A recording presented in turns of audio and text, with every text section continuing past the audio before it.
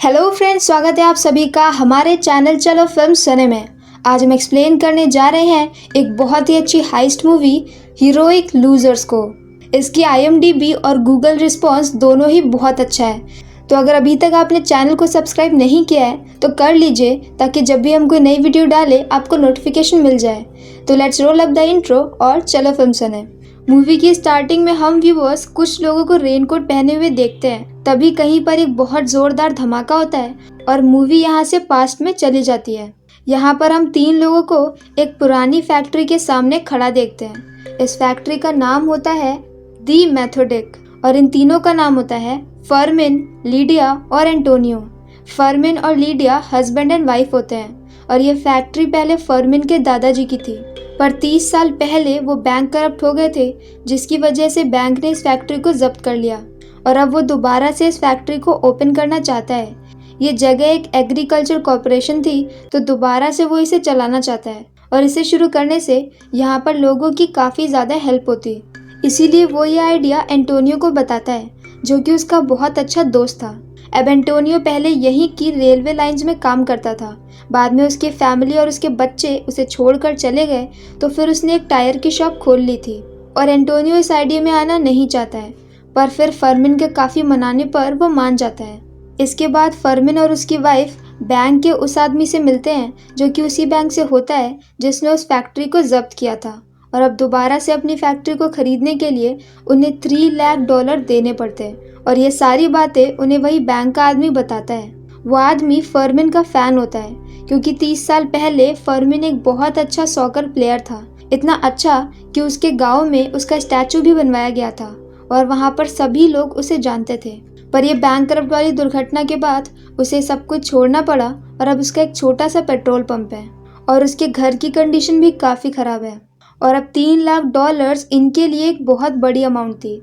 तो अब ये लोग दूसरे लोगों से बात करते हैं ताकि वो सभी लोग इनके पार्टनर्स बन जाएं और पैसे इन्वेस्ट करें। तो इसके लिए वो एक अपने शॉप वाले फ्रेंड को मनाते हैं, तो वो मान जाता है। फिर एक नर्सरी के ओनर को मनाते हैं, तो वो भी मान जाती है। पर ये सभी लोग काफ़ी गरीब होते हैं, तो इनके पास से कुछ खास पैसे नहीं मिलते हैं, पर फिर भी इनके पास जो कुछ भी होता है ये सब कुछ जोड़ कर उन्हें दे देते हैं। फिर वो लोग गोमेज ब्रदर से मिलते हैं। इसके अलावा वो कुछ और लोगों से भी मिलते हैं, पर इन सब के पैसे को मिलाकर भी उनके पास सिर्फ $50,000 ही इकट्ठा होते हैं, जो कि काफ़ी कम होते हैं। तो फिर अब फर्निन कार्मेन से मिलने जाता है। कार्मेन एक बिजनेस वुमेन होती है, जो कि काफ़ी ज़्यादा इंटेलिजेंट होती है, और कार्मेन का एक बेटा होता है हर्नन। हर्नन बहुत ही ज़्यादा लफंगे टाइप का होता है और वो बस दिन भर घूमता रहता है और कुछ भी नहीं करता। तो कार्मेन बोलती है कि अगर वो उसके बेटे को अपनी टीम में रख ले तो फिर वो $1 लाख देगी। तो फर्मिन इसके लिए तुरंत ही मान जाता है और अब सबके पैसे और अपनी खुद की सारी सेविंग मिलाकर इनके पास हो जाते हैं $1,58,653। क्योंकि ये पैसे बहुत ज़्यादा होते हैं, इसलिए ये लोग बैंक में एक सेफ लेते हैं और सारे पैसे उसी में रख देते हैं, ताकि हर किसी को तसल्ली रहे कि उनके पैसे सेफ हैं। और इस बैंक के मैनेजर का नाम होता है एल्वोराडो। अब नेक्स्ट सीन में एल्वोराडो फर्मिन को अलग से मिलने के लिए बुलाता है। अब फर्मिन का प्लान होता है कि बचे हुए पैसे के लिए वो लोन लेगा, पर यहाँ पर एल्वोराडो उसे बताता है कि क्योंकि तुम्हारा अकाउंट बैलेंस 0 है, इसलिए तुम्हें लोन नहीं मिल सकता, और जितने भी पैसे सेफ में रखे होते हैं वो किसी को भी नहीं पता होता कि वो कितने होते हैं। वो जिसने रखे होते हैं बस वही जानता है कि इसमें क्या है और कितना है। तो एल्वोराडो बोलता है कि अगर तुम सारे पैसे अपने अकाउंट में ट्रांसफ़र कर दो तो फिर बैंक को लगेगा कि तुम्हारे अकाउंट में काफ़ी ज़्यादा पैसे हैं और उन्हें विश्वास हो जाएगा कि उन्हें पैसे वापस मिल जाएंगे। इसके बाद वो तुम्हें ईजिली लोन दे देंगे। इनफैक्ट तुम 1-2 दिन में आकर ही अपने पैसे ले सकते हो। फर्मिन कहता है कि पैसे उसके अकेले के नहीं हैं, इसलिए उसे अपने दूसरे टीममेट से भी बात करनी पड़ेगी। तो अब एल्वोराडो कहता है कि तुम चाहो तो बात कर सकते हो, पर अभी बैंक काउंटिंग का वक्त ख़त्म होने वाला है, इसलिए अगर तुमने कुछ वक्त और लेट किया तो फिर तुम्हारा बैंक अकाउंट अगली काउंटिंग में चला जाएगा और फिर ये लोन की बात कुछ मंथ के लिए टल जाएगी। फर्मिन जल्दी से जल्दी अपनी फैक्ट्री को रीओपन करना चाहता था, इसलिए वो मान जाता है और उसी वक्त वो अपने सारे पैसे अपने अकाउंट में ट्रांसफ़र कर देता है और वहाँ से निकल जाता है। पर अब कुछ दिन बाद उसे पता चलता है कि गवर्नमेंट ने एक लॉ लागू कर दिया है, जिसकी वजह से उनके सारे बैंक अकाउंट फ्रीज हो जाएंगे और वो हफ्ते में सिर्फ 250 पेसोस ही निकाल सकते हैं। अब पेसोस की वैल्यू डॉलर से काफ़ी ज़्यादा कम होती है मतलब कि अभी के टाइम से $1 इक्वल टू 50 पेसोस। ये सुनकर फरमिन को झटका लगता है, पर अभी उसे कुछ और बड़े बड़े झटके लगने बाकी थे। एक रात में उसका दोस्त उसे बुलाता है, तो वहाँ पर वही कैशियर होता है जिसने उसके पैसे काउंट करके उसके अकाउंट में डाले थे। वो कैशियर उन्हीं के किसी दूर के रिश्तेदारी में आता था। अब वो कैशियर उन्हें बताता है कि जिस दिन फरमिन गया था, उसके जाते ही वहाँ पर लॉयर मांजी आया था, जो कि एक बहुत बड़ा लॉयर है और मेयर से उसकी बहुत अच्छी फ्रेंडशिप है। वहाँ के मैनेजर एल्वोराडो ने घपलेबाजी करके मांजी को एक बहुत बड़ा लोन पास कर दिया और मांजी ने सारे पैसे पेसोस में ले लिए और पेसोस में पैसे लेने के बाद तुरंत उन्हें डॉलर में कन्वर्ट कर दिया और सारे डॉलर के पैसे रख लिए और वो पैसे लेकर के उड़ गया। और इसमें मैनेजर ने कुछ ऐसी घपलेबाजी की थी कि अब उसे पैसे वापस करने नहीं पड़ेंगे और ना ही ये बात गवर्नमेंट जानती थी, इसलिए उसने सारे पैसे अपने पास रख लिए। और फरमिन और उसके जैसे न जाने कितने ही लोग जिन सभी की उसमें सेविंग्स रखी थी, वो सारी सेविंग्स उसने एक ही झटके में अपने पास में ले ली और इस बात से सबको बहुत बड़ा झटका लगता है। तो अब नेक्स्ट सीन में फरमिन और उसकी वाइफ एल्वोराडो से मिलने जाते हैं और वहाँ पर उससे झगड़ा करते हैं, पर एल्वोराडो उन्हें इग्नोर करके वहाँ से निकल जाता है। अब जब वो लोग वापस अपने टाउन की तरफ जा रहे होते हैं, तभी अचानक से उनकी कार का एक्सीडेंट हो जाता है, जिसमें फरमिन को बहुत ज़्यादा चोट लगती है और लीडिया की डेथ हो जाती है। उनके टीममेट्स को पता होता है कि इसमें फरमिन की कोई गलती नहीं है, इसलिए एक दो लोगों को छोड़ के बाकी कोई भी उन्हें कुछ भी नहीं कहता है। और अब एक्सीडेंट के बाद उसका बेटा अपने कॉलेज को छोड़कर वापस आ जाता है, जिसका नाम होता है रोड्रिगो। और अब सबकी उम्मीदें ख़त्म हो जाती हैं और पैसों का सबसे बड़ा इन्वेस्टमेंट करने वाली कारमेन भी फरमिन को कुछ भी नहीं बोलती है। इनफैक्ट वो गोमेज ब्रदर्स को अपने यहाँ पर काम पे भी रख लेती है, क्योंकि उसे पता था कि हर किसी ने अपनी पूरी सेविंग लगा दी है और गोमेज ब्रदर्स की शादी हो चुकी है, उनकी एक फैमिली है, पर उनके पास अब कोई भी जॉब नहीं है और ना ही पैसे हैं। और ऐसे ही 1 साल बीत जाता है। अब फरमिन एक्सीडेंट से पूरी तरह से ठीक हो चुका था, पर मन से वो अभी भी टूटा हुआ था, इसलिए वो हर वक्त बस ऐसे ही पड़ा रहता है। पर तभी एक दिन उससे एंटोनियो वहाँ पर मिलने आता है। एंटोनियो से बताता है कि गोमेज की वाइफ है, जो कि एक नर्स है और वो एक हॉस्पिटल में काम करती है। कुछ दिन पहले वहाँ पर एक शराबी आया था जिसका वो ख्याल रख रही थी, पर तभी वहाँ पर उससे मिलने के लिए मांजी आता है। मांजी का नाम सुनकर उसके कान खड़े हो जाते हैं और फिर उसके जाने के बाद वो उस आदमी से पूछती है, तो वो शराबी उसे बताता है कि कुछ दिन पहले मांजी ने उसे एक काम दिया था। खेतों के बीच उसने एक जगह बनाई है जहाँ पर बहुत ज़्यादा पेड़ है और वो जंगल जैसा लगता है। उसके अंदर उसने बीच में एक बहुत बड़ा सा गड्ढा खुदवाया था और ये बोलते बोलते उसकी डेथ हो जाती है। अब एंटोनियो को ये लगता है कि क्योंकि उसने सारे पैसे गवर्नमेंट से चोरी किए हैं, तो वो इन सभी पैसों को अकाउंट में तो रखेगा नहीं, इसलिए वो ज़रूर इन सभी पैसों को एक बहुत बड़े वॉल्ट में रखता होगा, जो कि उसने वही मिट्टी के अंदर बनाई होगी। और अब एंटोनियो चाहता है कि सभी लोग मिलकर वो पैसे वापस ले आए जो इनसे छीन लिए गए हैं। पर फरमिन अब तक टूटा होता है, तो उसे इस बात में बिल्कुल भी इंटरेस्ट नहीं होता है, पर अब अपने बेटे के समझाने पर वो फाइनली मान जाता है।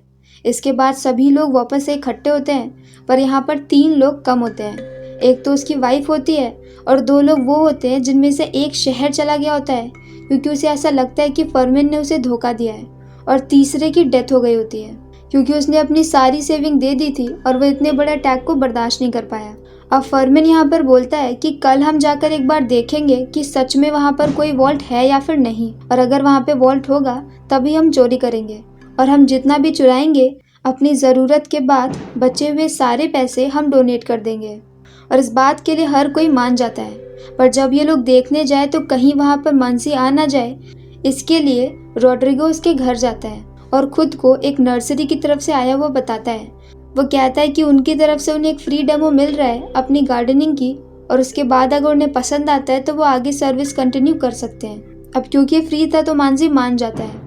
यहाँ पर मांजी की एक सेक्रेटरी भी होती है जिसका नाम होता है फ्लोरेंसिया, पर फ्लोरेंसिया को यहाँ पर रोड्रिगो से काफ़ी ज़्यादा अच्छी नॉलेज होती है गार्डनिंग के बारे में, इसलिए हर बार रोड्रिगो कुछ ना कुछ गलत कर रहा होता है और फ्लोरेंसिया इस हर चीज़ को नोटिस करती है। दूसरी तरफ वो सभी लोग उसी जगह पे जाते हैं जहाँ पर एक एरिया बना होता है। वो जैसे ही इसके अंदर पैर रखते हैं तभी अचानक से मांजी के फ़ोन के ऊपर एक अलार्म बजता है और उसे पता चल जाता है कि उसके वॉल्ट के आसपास कोई आया है, और वो भागते हुए वहाँ से निकल जाता है। मांजी को ये भागता हुआ देखकर फरमिन जल्दी से अपनी कार के पास जाता है और कॉल करके बता देता है उन सभी लोगों को, और वो सभी लोग अलर्ट हो जाते हैं और वहाँ से भाग जाते हैं। पर भागते वक्त उन्हें याद आता है कि उनका बैग वहीं पर छूट गया है। तो अब उनमें से 2 लोग जाते हैं और वो बैग को लेकर आते हैं, और किस्मत से वो लोग सही समय पे वहाँ से निकल जाते हैं। अब यहाँ पर वापस से शाम को उनकी एक मीटिंग होती है, जिसमें एक बोलता है कि अगर उसके पास अलार्म है तो अलार्म का कोई बिल भी आता होगा, और हमें बस ये पता करना है कि वो अलार्म क्या है। इसके बाद में पता चल जाएगा कि उसे कैसे बंद किया जा सकता है। तो अब ये अलार्म के बारे में पता करने का काम वो रॉड्रिगो को देते हैं, क्योंकि वही होता है जो उसके घर में जा चुका है। अब नेक्स्ट सीन में हम रॉड्रिगो को वापस से उसके घर में देखते हैं, जहाँ पर जब फ्लोरेंसिया कुछ वक्त के लिए वॉशरूम में जाती है तो वो जल्दी से वहाँ पे कुछ फाइल्स उठा लेता है, और वहाँ पर वो बिल्स की फाइल निकालता है, जिसमें उसे उसी अलार्म की कंपनी का नाम पता चल जाता है, और वो फ्लोरेंसिया के वापस आने से पहले जल्दी से सारी चीज़ें वैसे ही कर देता है। अब नेक्स्ट सीन में फर्मिन रूप बदल के जाता है उसी कंपनी में बात करने के लिए। तो वहाँ का जो ओनर होता है वो उसे अलार्म के बारे में सब कुछ बता देता है कि इसमें मोशन सेंसर और प्रेशर सेंसर है, इसीलिए फर्मिन ने जैसे ही वहाँ पे पैर रखा था अलार्म बज गया था। और ये अलार्म एक फ़ोन से कनेक्टेड होता है, इसलिए जैसे ही अलार्म ट्रिगर होगा तुरंत आपके फ़ोन में पता चल जाएगा। यह अलार्म इलेक्ट्रिसिटी से चलता है, और इसमें एक बैटरी भी लगी होती है कि अगर बाई चांस पावर कट हो जाए तो पूरे 48 आवर्स तक वही बैटरी चलती रहेगी। पर अगर अलार्म की चार्जिंग 50% से कम हो गई तो अलार्म फिर से बजने लगेगा। तो अब उन्हें अलार्म के बारे में हर चीज़ पता चल गई होती है। और अब सीन शिफ्ट होता है एक बार फिर से उनकी टीम की तरफ, जहाँ पर एक बार फिर से उनकी मीटिंग चल रही होती है। यहाँ पर फर्मिन उन्हें एक आइडिया बताता है जो कि उसे एक मूवी को देखकर आया था, कि अगर हम कुछ ऐसा करें कि अलार्म बार बार बजे पर वहाँ पर कोई भी चोरी ना हो और सब कुछ बिल्कुल नॉर्मल रहे, तो इस सबसे परेशान होकर मांझी को लगेगा कि हो सकता है कि वो बैटरी ख़राब हो गई हो, और इसके बाद वो बैटरी हटा देगा, और बैटरी हटाने के बाद हम जैसे ही पावर कट करेंगे अलार्म बंद हो जाएगा। पर अब ये अलार्म बार बार ट्रिगर कैसे करना है इसका आइडिया दूसरा देता है। वो बताता है कि हम हर पोल को चेक करेंगे। अब क्योंकि सभी वायर के कनेक्शन ऊपर से जाते हैं, पर क्योंकि उसका वॉल्ट अंडरग्राउंड बना है तो उसका वायर ज़मीन के अंदर जाएगा। तो जिस भी पोल में वायर ज़मीन के अंदर जा रहा होगा वो वायर उसी के वॉल्ट का होगा। और अब हम उसके खेत से काफ़ी दूरी पर और पोल से भी काफ़ी दूरी पर बीच में एक जगह पे गड्ढा खोदेंगे जहाँ पर वो वायर होगा। और अब इस जगह पे वायर कहाँ है इसके लिए हम मेटल डिटेक्टर का यूज़ करेंगे। इसके बाद हम वायर की लाइन में एक मशीन लगाएंगे जिसमें से सारे वायर्स कनेक्ट कर देंगे, और फिर हमें बस बटन ऑन और ऑफ करना पड़ेगा और उसके वोल्ट की लाइट की पावर कट हो जाएगी। पावर कट होने की वजह से वो अलार्म बैटरी पर चलने लगेगा, और जैसे ही बैटरी का 50% ख़त्म होगा अलार्म ट्रिगर हो जाएगा। अलार्म ट्रिगर हुआ है ये बात उन्हें रॉड्रिगो से पता चल जाएगी, और इसके बाद वो लोग दोबारा से पावर कनेक्ट कर देंगे। अब जब तक मांझी वहाँ से यहाँ तक आएगा जो कि काफ़ी दूर होता है, तब तक चार्जिंग वापस से 50% प्लस हो चुकी होगी। और अब वो इस बात से कंफ्यूज हो जाएगा कि जब लाइट भी आ रही है तो बैटरी यूज़ क्यों हो रही है, और जब 50% हुआ ही नहीं तो फिर अलार्म ट्रिगर क्यों हुआ। और ऐसे हम तब तक करेंगे जब तक वो परेशान होकर बैटरी हटा ना दे, और वो लोग करते भी सेम ऐसे ही है। तो फिर मांझी यहाँ पर उसी कंपनी के ओनर को बुलाता है जो यहाँ पर सब कुछ चेक करता है, पर कहता है कि सब कुछ बिल्कुल ठीक है, पर अगर फिर भी तुम्हें प्रॉब्लम हो रही है तो फिर बैटरी को हटा दो और उसे मेन इलेक्ट्रिसिटी से ही चलने दो, और अगर तुम्हें सिस्टम को सही कराना है तो फिर 2 हफ्ते लगेंगे, और 2 हफ्ते के लिए तुम्हारी जगह पे कोई भी अलार्म नहीं होगा। अब मांझी 2 हफ्ते के लिए बिना अलार्म के अपने वॉल्ट को नहीं छोड़ सकता, और दूसरी तरफ बार बार अलार्म ट्रिगर होने की वजह से वो रात में उठ कर भी जा रहा होता है, इसलिए अब वो परेशान होकर बैटरी हटा देता है। अब नेक्स्ट सीन में फ्लोरेंसिया रॉड्रिगो से पूछ लेती है कि वो कौन है और ये सब कुछ क्या है, क्योंकि उसे अब तक उसके ऊपर शक हो चुका होता है, क्योंकि गार्डनिंग में उसकी नॉलेज इतनी ज़्यादा कच्ची होती है कि फ्लोरेंसिया को पता चल जाता है कि वो कोई भी गार्डनर नहीं है। और अब रॉड्रिगो उसे सब कुछ बता देता है। फ्लोरेंसिया के अपने पिता का अकाउंट भी उसी बैंक में था, इसलिए उसे पता था कि अकाउंट लुट जाने की वजह से उसे कितना ज़्यादा नुकसान हुआ है। पर जब ये बात फर्मिन को पता चलती है कि फ्लोरेंसिया को सब कुछ पता चल गया है, तो फर्मिन इस प्लान को यहीं पर रोक देता है। वो कहता है कि वो अपनी वाइफ को खो चुका है और अपने बेटे को खो नहीं सकता है। पर बाकी सभी लोग का प्लान ड्रॉप करने का कोई भी इरादा नहीं था, तो बाकी सभी लोग जा रहे होते हैं और रॉड्रिगो भी उनके साथ चला जाता है, क्योंकि रॉड्रिगो को फ्लोरेंसिया के ऊपर भरोसा होता है कि वो कुछ भी नहीं बताएगी। और होता ही बिल्कुल ऐसा ही है। फ्लोरेंसिया ने मांझी को कुछ भी नहीं बताया था, और अब अपने बेटे को जाता हुआ देखकर फर्मिन भी मान जाता है और फिर ये सभी लोग 3 टीमों में डिवाइड हो जाते हैं। एंटोनियो एक बुलडोज़र लेता है और वो कहीं पे चला जाता है और अपना काम ख़त्म कर देता है। अब एंटोनियो ने यहाँ पर क्या किया है ये हमें आगे पता चलेगा। उसके कॉल करके बताने के बाद कि उसका काम हो चुका है, दूसरी टीम इलेक्ट्रिसिटी डिपार्टमेंट के पास पहुँचती है जहाँ पर हर जगह के ट्रांसफार्मर होते हैं। अब यहाँ पर इनका प्लान ये होता है कि जिस एरिया में वो वॉल्ट है वो उस एरिया का ट्रांसफार्मर ब्लास्ट कर देंगे और वहाँ की लाइट चली जाएगी। अब यहाँ पर अक्सर ऐसा होता रहता है कि बहुत ज़्यादा बारिश होती है और बिजली गिरती है और बिजली गिरने की वजह से काफ़ी बार ट्रांसफार्मर ब्लास्ट हो जाता है। तो इस पर किसी को भी शक नहीं होगा और इसीलिए वो लोग इस दिन का वेट कर रहे थे जिस दिन बादल आ रहे हो, बारिश हो रही हो और बिजली गिरने के चांसेस हो। तो अब 2 लोग वहाँ पे पहुँचते हैं और वहाँ पर वो लोग एक रिमोट कंट्रोल टॉय को लेते हैं और इसके अंदर एक डायनामाइट फिट कर देते हैं और फिर रिमोट कंट्रोल से उसे अंदर भेज देते हैं उसी ट्रांसफार्मर के पास में।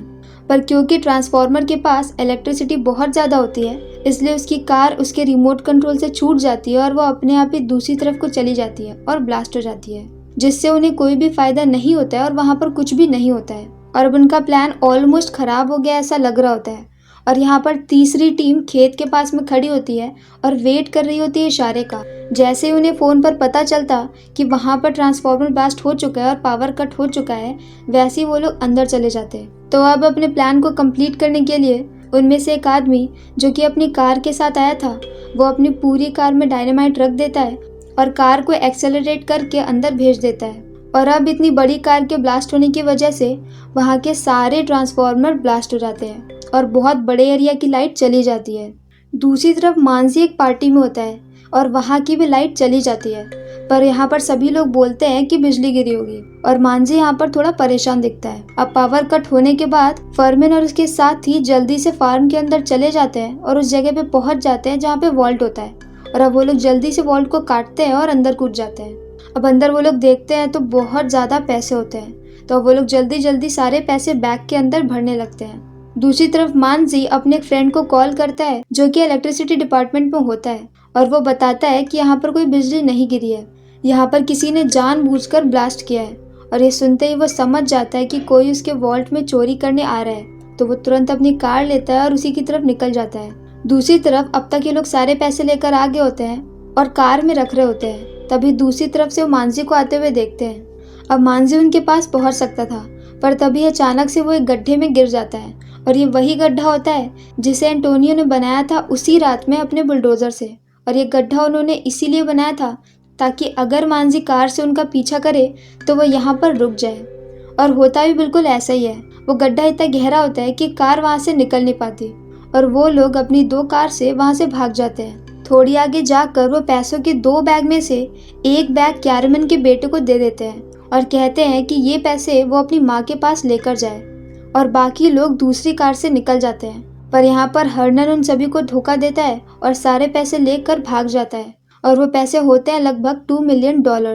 पर अब जितने पैसे उनके पास बचे होते हैं वो भी काफ़ी ज़्यादा होते हैं, तो वो सभी लोग उतने पैसे ले लेते हैं जितने पैसे उन्होंने जमा किए थे और जितने पैसों से उनकी फैक्ट्री वापस से ओपन हो सकती है और बाकी सारे पैसे वो लोग चैरिटी में डोनेट कर देते हैं। और अब नेक्स्ट सीन में हम देखते हैं कि वापस से उनका एग्रीकल्चर कॉर्पोरेटिव रीओपन हो चुका है और वो सभी लोग अपनी अपनी लाइफ में खुश हैं। दूसरी तरफ मानसी इस चोरी के बारे में किसी को भी नहीं बता सकता क्योंकि ये सारा पैसा उसने गवर्नमेंट से ही लूटा था, इसलिए वो कभी भी पुलिस में इसके बारे में कंप्लेन नहीं कर सकता। और इसी हैप्पी एंडिंग के साथ ये फिल्म यहीं पर ख़त्म हो जाती है। तो अगर आपको हमारा एक्सप्लेन पसंद आया हो तो प्लीज़ हमारी वीडियो को लाइक करें, शेयर करें, हमारे चैनल को सब्सक्राइब करें। तो मिलते हैं नेक्स्ट वीडियो के साथ। Bye bye.